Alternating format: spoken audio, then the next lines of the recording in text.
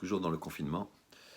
Vous savez que la loi permet, pour le culte, comme ils disent, de rester ouvert, mais au maximum 20 personnes. Bien sûr, il faut que ce soit des personnes qui ne soient pas malades. On évite évidemment, bien sûr, pas d'enfants, pas de dames. Mais on prie, on peut prier jusqu'à 20 personnes. Très bien. En fait, si vous regardez, et si vous avez été dans des minyanim qui ont commencé à prier maintenant, à cette période du confinement, vous verrez qu'évidemment, il faut aller à un certain rythme, il faut aller relativement vite, les gens ne traînent pas. Et on est obligé de bien se concentrer pendant ces quelques minutes. Eh bien, peut-être là aussi, il y aurait une introspection à faire. Est-ce qu'on va pas suffisamment, lentement quand on s'adresse à Hachem? Est-ce qu'on comprend bien les mots? Est-ce qu'il n'y a pas un travail à faire de compréhension des mots maintenant qu'on est obligé d'être limité dans notre prière, dans notre tefila?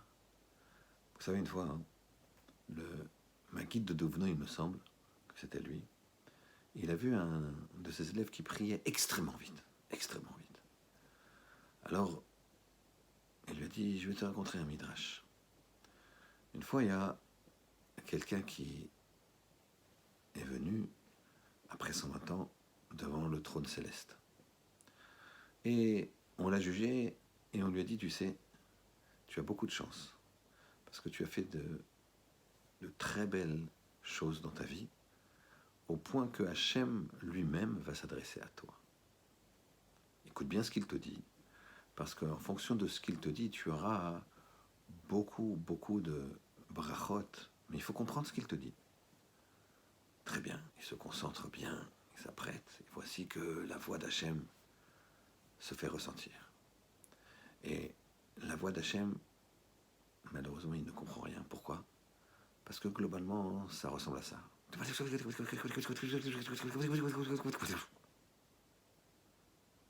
Et il n'ose pas. Est-ce que je pourrais avoir une deuxième chance? Oui, bien sûr. Il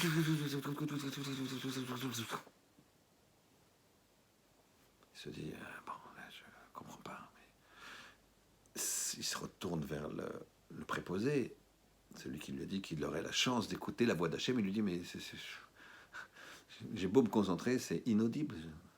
Il lui dit, mais toi aussi, tu t'es adressé de la même façon à Kadosh Baruch Hu pendant toute ta vie. Alors, tu récoltes ce que tu as semé. Cette petite blague qu'a fait le Maguide de Dovno à son élève, c'était pour lui dire faut faire attention.